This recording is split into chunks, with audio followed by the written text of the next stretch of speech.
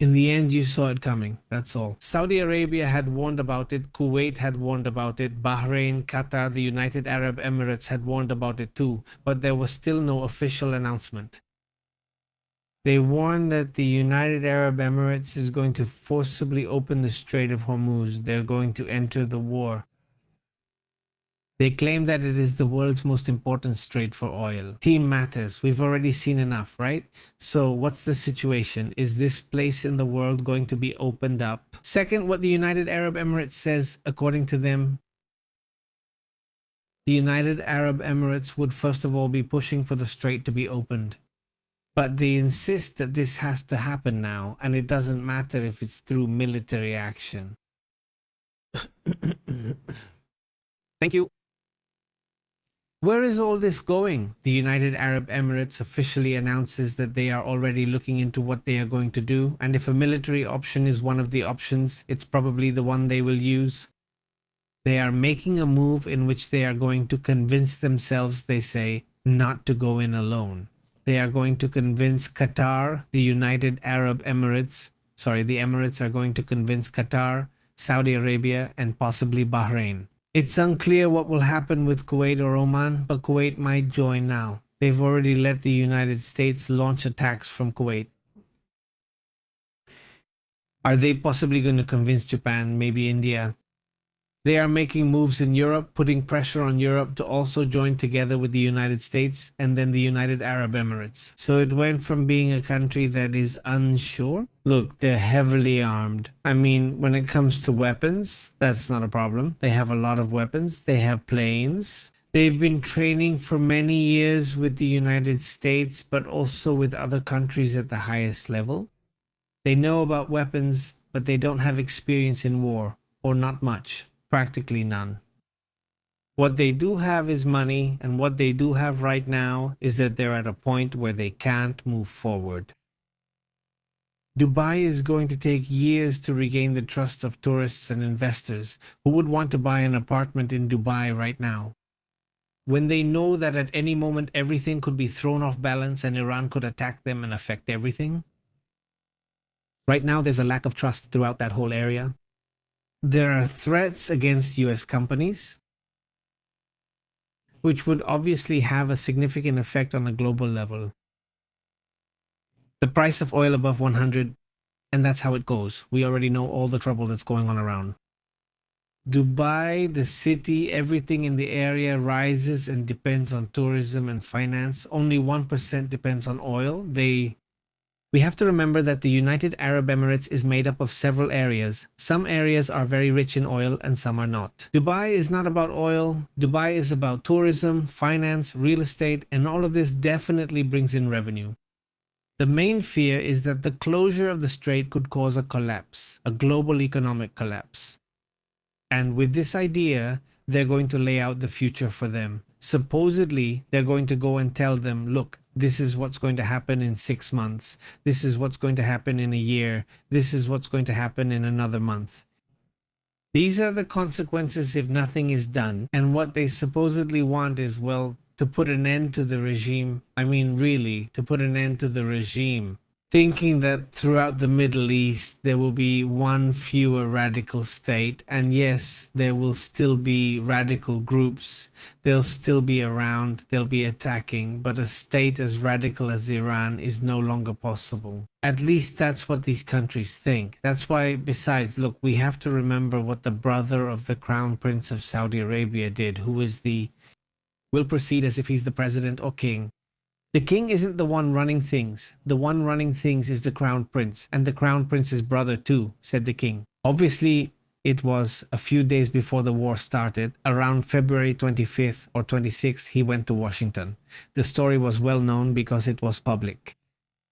Then it became known that at the White House, he told them they had to end the regime, that it was the last chance to end the regime before it became even more empowered.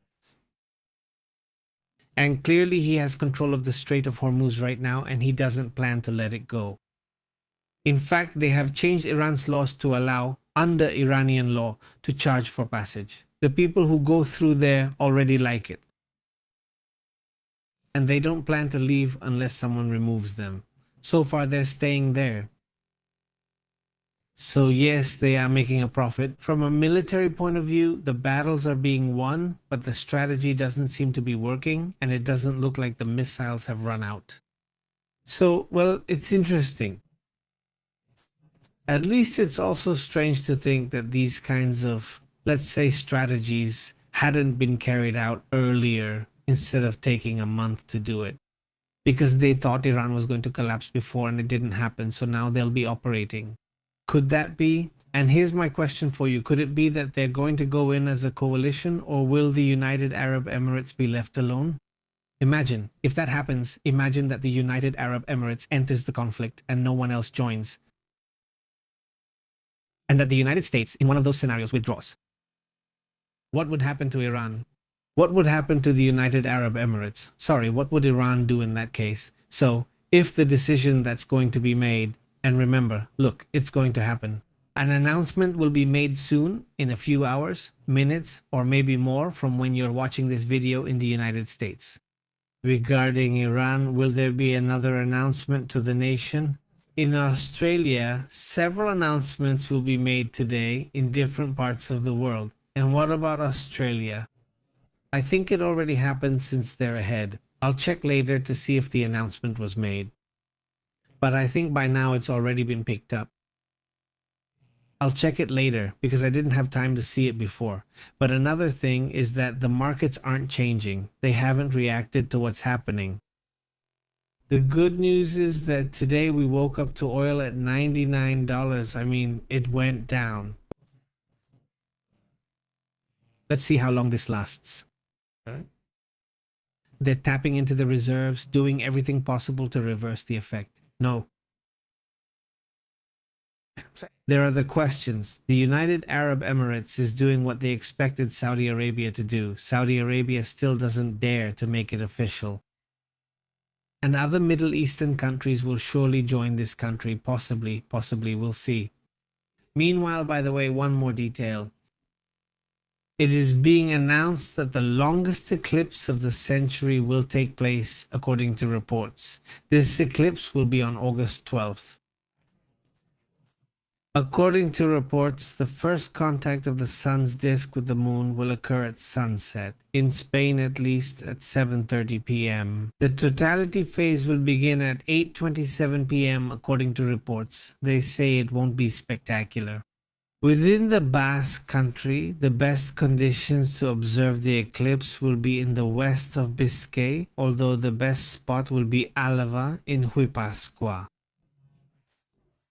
However, the eclipse will not reach 100% totality in that area. Well, later on, girl, I'll make sure to mark the date. Let's see where else in the world this is visible. This eclipse, but they say this will be the longest one of the century. I don't know, we probably won't get to see another one this long again, right?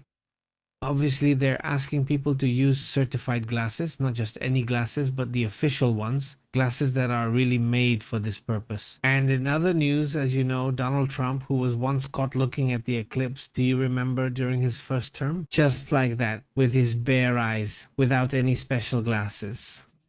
Well, listen, there's another topic I want to talk to you about, which has to do with the new alliances that are forming in the world. Let's get to that.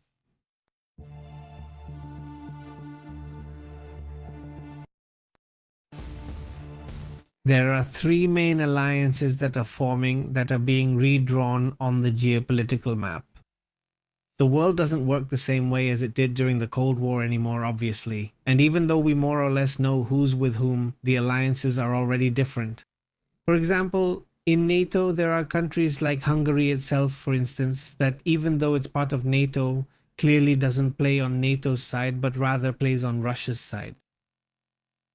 But it's complicated for Russia. Does it suit Russia for NATO to keep going so it has someone inside? And it's not just Hungary in this case. There are a couple of countries out there that are also clearly more allied with the Russians. Another issue, another curious alliance is the United States and Russia. Specifically, not the United States as a country, but Trump as president has a rather strange relationship with Vladimir Putin. One day he's an enemy, one day he's a friend, one day he's a buddy, the next day they're fighting with him, and so on. The world is working in a very different way, and this is what I would like us to talk about.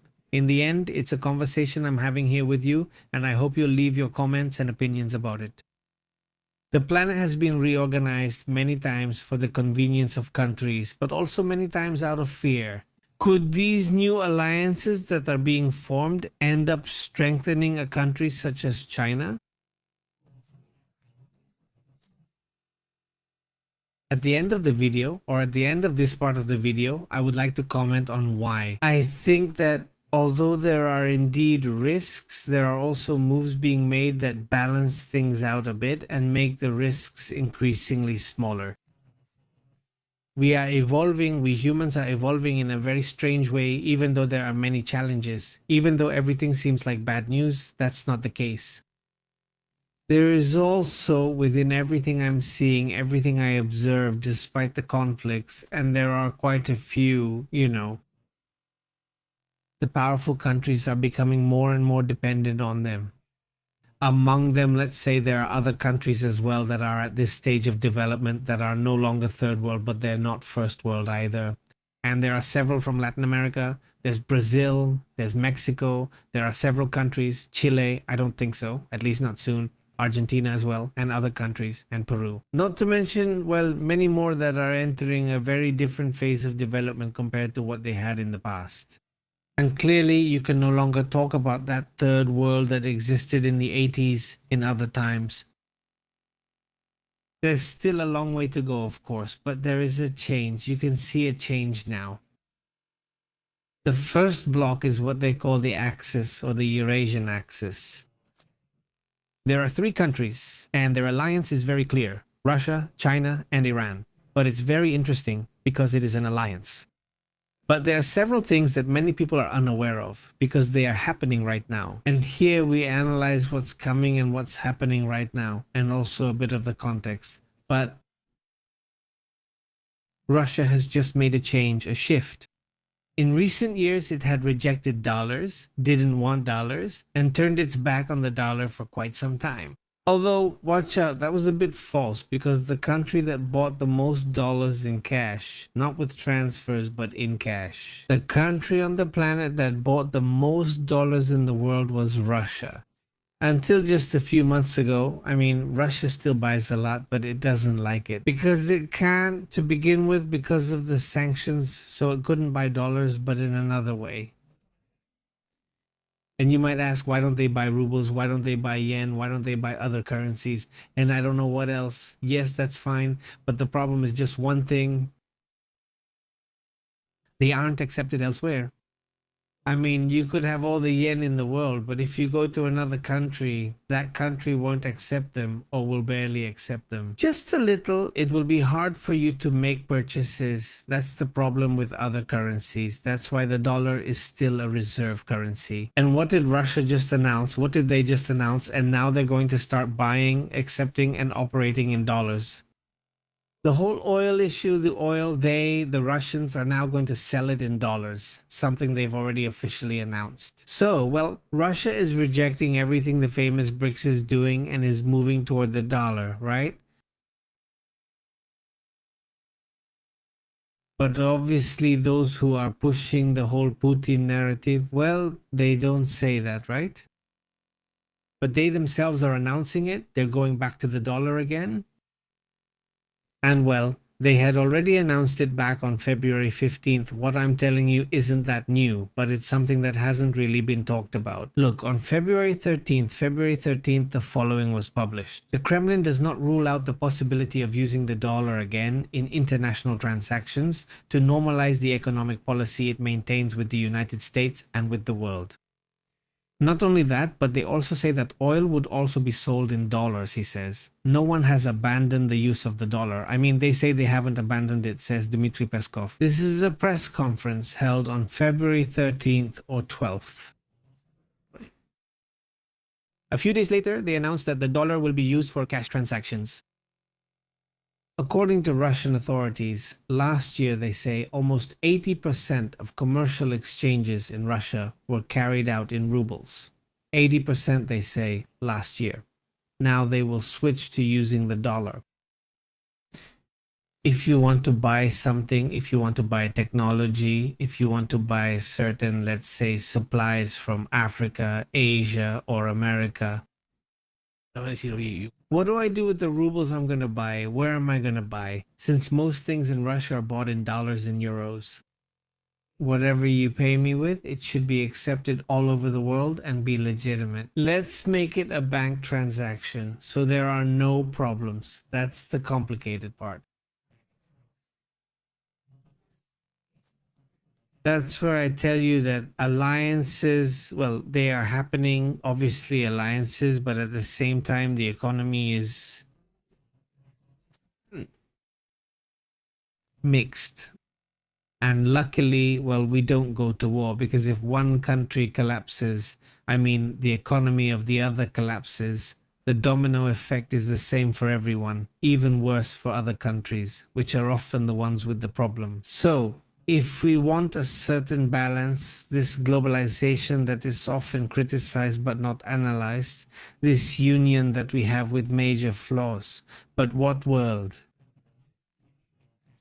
If the ultimate enemy also depends on you and you on him, then you can't attack each other. And that's, well, that's good to avoid a third. Well, there are theorists who say that World War III won't happen because the major powers depend on each other a lot. Look, to give you some examples, for example, Tesla. Yes, I mean, Tesla, its biggest market. The country that buys the most from it, let's say in the world, is China and vice versa too. Walmart is a single company from the US. But that's it. That's it. The Walmart company buys more from China than many countries combined. Walmart's purchase of Chinese products is huge. So China depends on Walmart, but Tesla depends on China. And if we keep adding it up and see how companies like Apple benefits a lot from China. To this day, even though they closed some factories, Apple still depends on China. And it earns a lot, and China only makes a modest amount from the factories it has. It provides jobs and things, but its profit is much lower. For Paul to come back from that, I mean, it's costly for China. Let's say a few dollars per finished phone since they sell it to you for $1,000 or $2,000. Apple gets a lot more out of it since Apple makes big profits thanks to China. But if we add and add and add and add, we see that some companies and thousands and millions of people depend on the other country being stable, being okay. So it's super interesting. This is, let's say, well, it's a very curious paradox, but there are other very curious alliances. Look, for example, there's an alliance happening. An alternative trade route is the North-South Corridor, the INSTC. The idea is to avoid the Suez Canal and also Western sanctions. Blocs are forming. If we look at the map quickly, blocs are forming. Pretty crazy because look at China. It's already building. I already mentioned to you the port that China is building around here. So is it going to skip all of this and all the trouble that these countries could give it? Imagine you go through where Japan is because look, you can go through here, yes, but look how close Korea and Japan are, and you say, okay, but here is China. Look, it has all this to get out, right? This is Japan. Japan doesn't end here. Look, there are the islands, all these islands, and each island, well, this island is 200 kilometers this way, and this other island too. And then if you look around here, you find other islands, and they keep going. Come on, there's kind of a wall. There are parts where you can get through, but if there's trouble, it becomes a problem. Here, Japan closes everything off to you, just like these countries close everything off here and leave you without commercial access to the world. But what would happen if China only had to deal with Pakistan, and they're already doing that? A train will go through China, pass through Pakistan, and reach the sea, bypassing all of this. That's already being built. The port is actually operational, and it's said to be the world's largest. So that's a commercial alliance, and it's ideal for Pakistan and for China too, because they say, hey, instead of fighting with 5, 6, 7 countries, Philippines, Indonesia, Malaysia, Japan, Taiwan, South Korea, all those countries, instead I just deal with Pakistan. I keep Pakistan happy. And look, it's less hassle with these and cheaper and safer, but that's it, that's it. Still, it's very interesting and intriguing. Well, on the other hand, the second block is obviously the West, the US. NATO, Europe, Japan, allies. There are many countries that are allies because of proximity for whatever reason, right? Mexico, the US. Although Mexico maintains good relations with many other groups, and I think that's strategically good. I mean, as long as you don't side with anyone, which sometimes it seems like you do, but anyway, it's about keeping a balance. I think Mexico does it pretty well, especially given its position. I think it continues and has to look for a balance of breaking with many countries. A good relationship is maintained. But anyway, the point is that this alliance, the Western Bloc, the United States, or so-called the West, is really weak. Is it because the United States decided or because Trump did? The main question is, who is making the decision? The United States as a country or Trump as a person? If they're acting as individuals, it's very suspicious because, well, we should ask Americans if they really want to break with the world the way he's doing it and ally themselves with Russia, or what is it that Trump wants? I mean, what is Trump's geopolitical strategy?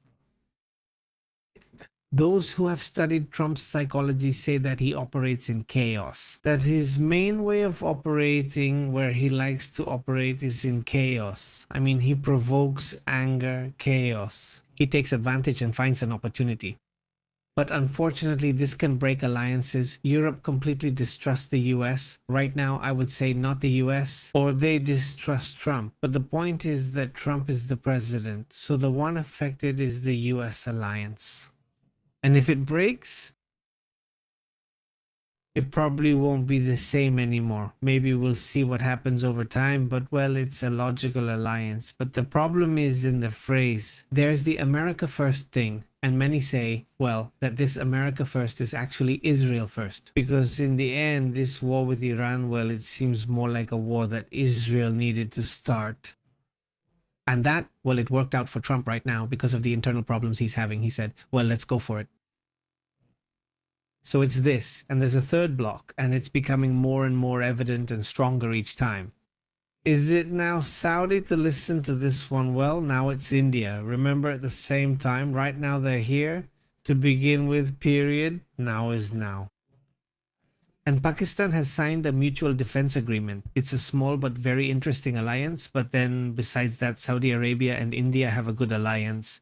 Interestingly, now it gets along well with both enemies among India, Brazil, Africa, especially some countries.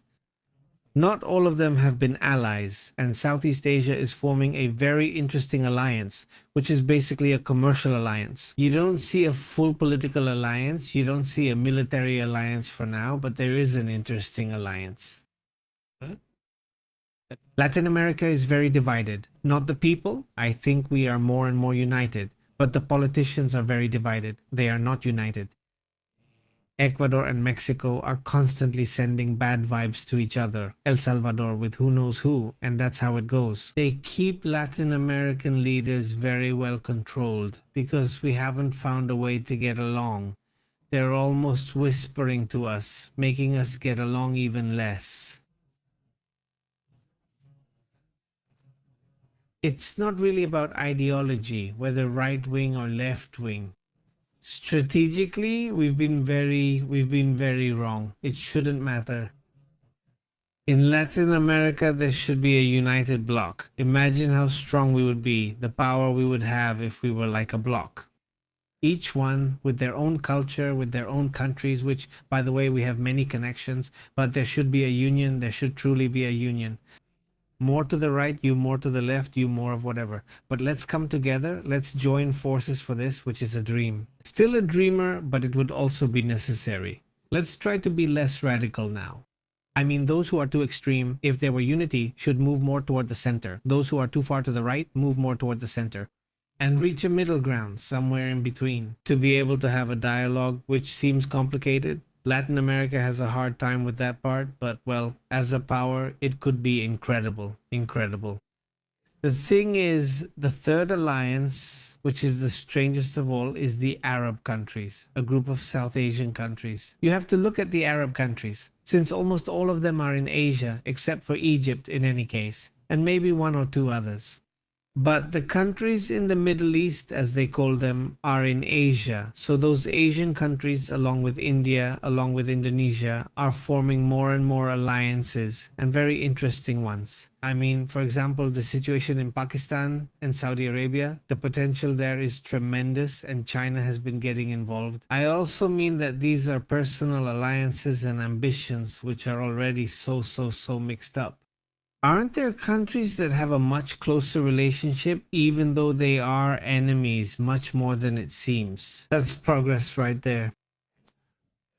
No, because I would also like to talk about other topics. For example, this idea that people are starting to work more in this, well, kind of globalized world. But the alliances and desires are already there. There are more and more alliances, and they're already so mixed up, like the other day. Look, it would be interesting to analyze the power of each passport from Latin American countries, the power of the passports from the major powers, so you can see how it really does affect you, and how the world sees you depends on what your president does.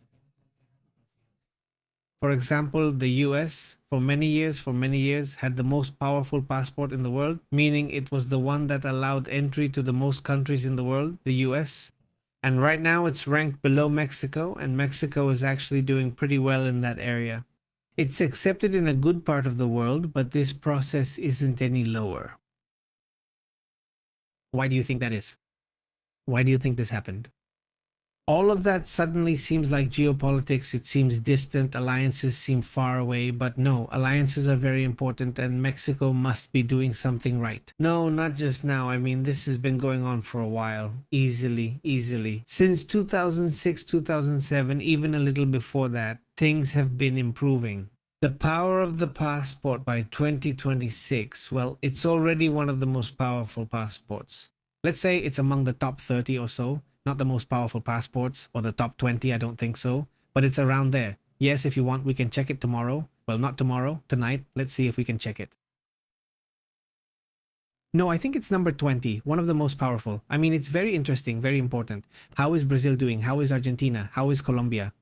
We'll check it later. There's a passport index, and we'll look at it there. Well, I've gone on for a while now. We'll be back later with another update. What's happening in the world? Thank you for joining me for this little while. Have an excellent day. We'll keep talking. See you later.